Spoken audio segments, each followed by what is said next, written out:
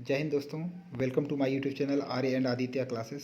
दोस्तों आज की वीडियो के अंदर हम देखेंगे class 8th MP board social science का सेट 1 के 3 मार्क्स के कुछ इंपॉर्टेंट क्वेश्चन इस वीडियो के अंदर देखेंगे।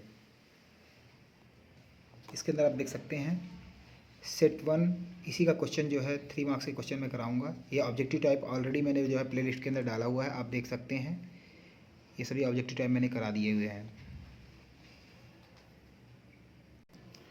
आज की वीडियो के अंदर देखेंगे हम right the name of the 3 organs of the government which organs perform the task of the implementing laws.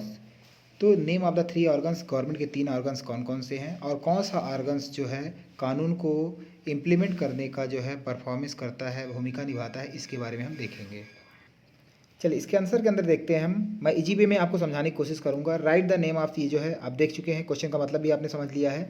According to the constitution, हमारे संविधान के अनुसार there are the 3 organs of the government, कि सरकार के जो है 3 ऑर्गन्स होते हैं। कौन कौन से हैं? पहला ऑर्गन है लेजिस्लेचर, ठीक है, दूसरा होता है एग्जीक्यूटिव और तीसरा होता है जुडिशरी। तो लेजिस्लेचर का मतलब ये होता है कि जैसे हमारी जो संसद भवन है, तो वहाँ पे हमारे सांसद वगैरह बैठे हुए होते हैं जो कि कानून बनाते हैं। एक पार्लियामेंट के अंदर कानून बन गया। मैं सिंपल सा लैंग्वेज में आपको समझाना चाहता हूँ कि हमारे जो सांसदगण हैं वो पार्लियामेंट में बैठ के कानून बना दिया। अब कानून बनाना ही बहुत बड़ा मकसद नहीं होता है, उस कानून को जो है ज़मीन में, कहने का मतलब लोगों तक कैसे इम्प्लीमेंट किया कराया जाए, तो उसको कौन इम्प्लीमेंट कराता है? एग्जीक्यूटिव बॉडी, कहने का मतलब। और यदि मान लो कि एग्जीक्यूटिव बॉडी उस कानून में भी कोई गड़बड़ करती है तो उसे कौन सॉल्व करता है? जुडिशरी। कौन है? जुडिशरी। जुडिशरी होती है न्यायपालिका।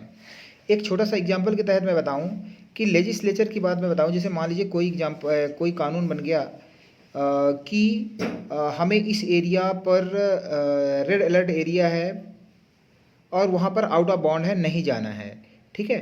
तो ये सब जो है आपके जो अधिकारी, पुलिस वगैरह लग गई वहाँ पे, बट अब यहाँ से कानून तो बन गया, उसको पुलिस वगैरह जो है उसको इम्प्लीमेंट कराएंगी, जो कानून बन गया उसको, तो कि भाई वहाँ पे नहीं जाना है। लेकिन यदि कोई ऐसा आदमी गलती करता है या पुलिस कोई गलती करती है तो उसके खिलाफ हम कहाँ जा सकते हैं, या वो व्यक्ति कहाँ जा सकता है? जुडिशरी में, न्यायपालिका में। तो कहने का मतलब ये तीनों ऑर्गन्स जो है ये मिलके काम करते हैं। The executive of the small group of the, उसके बाद बोल रहा है, नेक्स्ट क्वेश्चन है which organs perform the task of the implementing, कौन सा जो है कानून को जो है बढ़ाने का काम करता है? तो the executive of a small group of the peoples who are responsible for the implementing law and running the government. तो जो भी कानून बनाते हैं, तो हमारे जो एग्जीक्यूटिव बॉडी होती है, जैसे कलेक्टर हो गया, कमिश्नर हो गए, उनके नीचे जो है पुलिस वाले हो गए, बहुत सारे अधिकारीगण होते हैं, तो जो भी कानून बनता है वो सबको इम्प्लीमेंट जो है कराने का काम जो है किसका होता है? एग्जीक्यूटिव ग्रुप का होता है। तो आई थिंक आपको समझ में आ गया होगा कि एग्जीक्यूटिव क्या है और जुडिशरी क्या है, लेजिस्लेचर क्या है। चलिए नेक्स्ट क्वेश्चन देखते हैं। इसके बाद हम देखेंगे सेट नंबर 2। सेट नंबर 2 के अंदर आपको मैं एक्सरसाइज वगैरह ये सब कुछ मैं करा चुका हूँ, आप प्लेलिस्ट के अंदर जाके देख सकते हैं आप। फिर भी मैं एक बार इसका व्यू दिखाई देता हूँ, आपने इसका स्क्रीनशॉट लेके आप जो है इसकी मेहनत कर सकते हैं आप। उसके बाद नेक्स्ट जो मैं क्वेश्चन कराने जा रहा हूँ आप, उसकी बात मैं कर रहा हूँ आपको कि यहाँ पर आप देख सकते हैं सब क्वेश्चन दिए हुए हैं। हम करेंगे 3 मार्क्स वाले क्वेश्चन इसके अंदर। 5 मार्क्स के ऑलरेडी मैंने क्वेश्चन पूरे सॉल्व कर दिया है, प्लेलिस्ट के अंदर आप देख सकते हैं। उसके बाद 3 मार्क्स क्वेश्चन के अंदर ये देखिए 17 से लेकर 20 तक क्वेश्चन है। तो इसमें क्वेश्चन है what were the Arvind Ghosh views regarding education. चलिए इसके अंदर देखते हैं what were the Aurobindo Ghosh views regarding education. Education के लिए रविंद्र जो घोष हैं, इनका क्या एजुकेशन के रिलेटेड व्यूज़ है, ठीक है। तो Arvind Ghosh has the following views, ये तो क्वेश्चन में जनरली सभी बच्चे लिख ही लेंगे, इसमें क्या है भी। नेक्स्ट पहला पॉइंट देखिए, the medium of the education, जो पढ़ने का जो मीडियम होना चाहिए शुड बी मदर टंग, मतलब ऐसा नहीं कि तमिल का लड़का है और वो जो है मतलब कश्मीरी लैंग्वेज पढ़ रहा है। तो भैया जो जिस लैंग्वेज का है उसकी पढ़ाई उसी लैंग्वेज में होनी चाहिए, तभी तो परफेक्ट हो पाएगा, नहीं तो लैंग्वेज प्रॉब्लम आ जाएगी, ठीक है। तो the medium of the education should be mother tongue में होनी चाहिए, सो दैट मतलब ताकि it can reach as many peoples as possible, तो ये ज़्यादा से ज़्यादा लोगों तक जो है शिक्षा जो है पहुंच सकती है, ठीक है। तो पहला तो मदर टंग का आपको ध्यान रखना है। नेक्स्ट क्वेश्चन है student should stay connected with their, और जो स्टूडेंट हैं वो कनेक्ट रहना चाहिए विद देयर, चलिए यहाँ पे दिख रहा होगा आपको, विद देयर रूट्स, ठीक है। अब इससे होगा क्या भाई, तो हाउ एवर इससे they should also take full advantage, ये एडवांटेज है दिख रहा होगा आपको, इससे स्टूडेंट बच्चे जो है पूरा एडवांटेज ले सकते हैं of the experience of the western countries. तो जो हमारी जो पश्चिमी जो देश हैं वहाँ पर क्या एडवांस चल रहा है, ठीक है।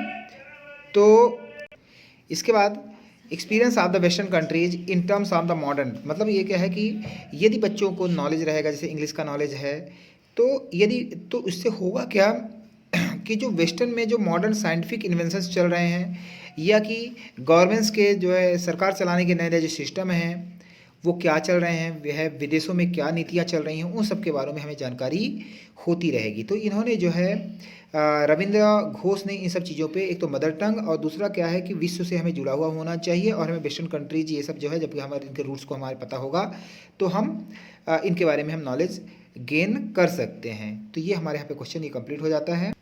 चलिए नेक्स्ट क्वेश्चन है इंपॉर्टेंट क्वेश्चन के अंदर, what is called as India council. India council से आप क्या समझते हो, इंपॉर्टेंट क्वेश्चन में से है ये, देखिए एड ग्रेड है 2025 का है ये क्वेश्चन।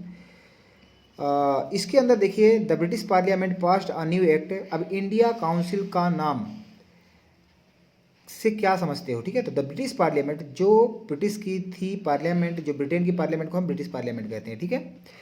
और एक चीज़ मैं थोड़ा सा बताना चाहता हूँ आपको बेसिक की, जो ब्रिटिश पार्लियामेंट थी तो ब्रिटेन से ही हमारे देश पे शासन किया जाता था, और वो जो ये जो है ये कंपनी जो हमारी ईस्ट इंडिया कंपनी है वो ब्रिटिश पार्लियामेंट ही उस पर जो है कमांड करती थी। कहने का मतलब उनके इशारे पर ही ईस्ट इंडिया कंपनी काम करती थी। यहाँ तक बेसिक आपको समझ में आ गया होगा।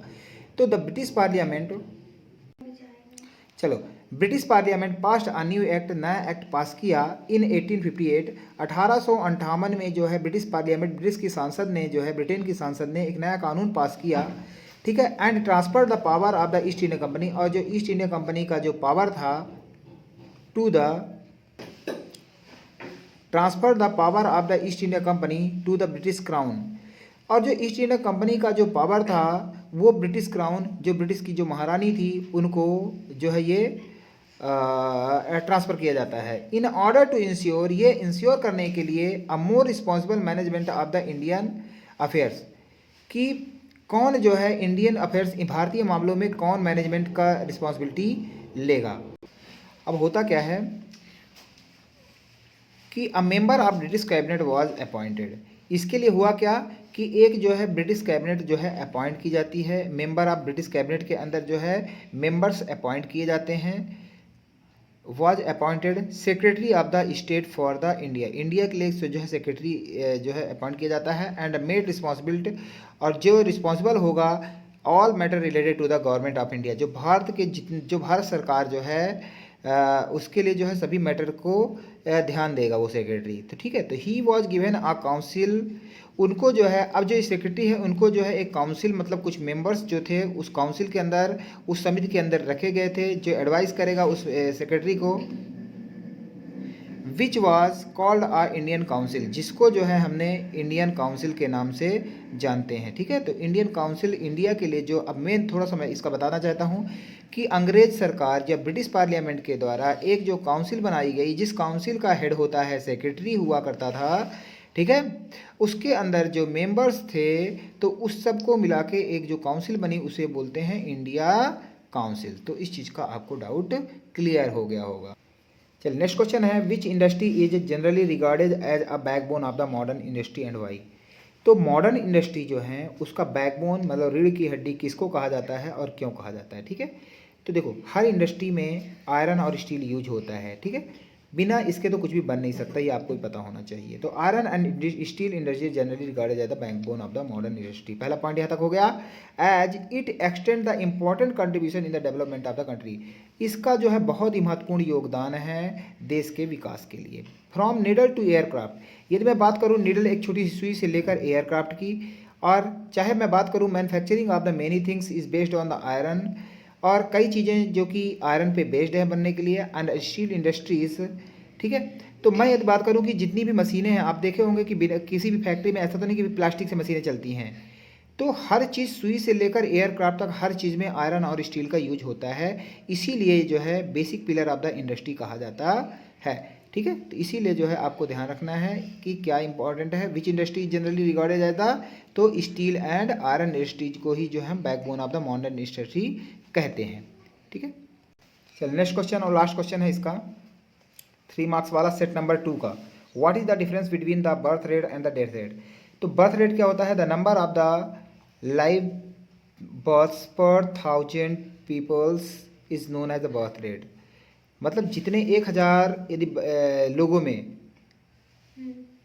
The number of the live births जितने होते हैं पर 1000 लोगों में, उनको बोलते हैं birth rate. The number of the death पर 1000 पीपल्स, 1000 लोगों में कितने लोग मरे हैं उसको हम बोलते हैं डेथ रेट। तो इंडिया के अंदर जो है बर्थ रेट है वो 26.1% पर 1000 के अंदर है, जबकि डेथ रेट है जो है 24.8% पर 1000। ठीक है, तो इस चीज़ का आपको ध्यान रखना है। आई होप आपको ये सभी क्वेश्चन समझ में आ गए होंगे। मैंने 3 मार्क्स के सभी क्वेश्चन कंप्लीट कर दिए हैं यहाँ पे। नेक्स्ट क्वेश्चन के लिए मिलते हैं नेक्स्ट वीडियो में, तब तक के लिए जय हिंद जय भारत।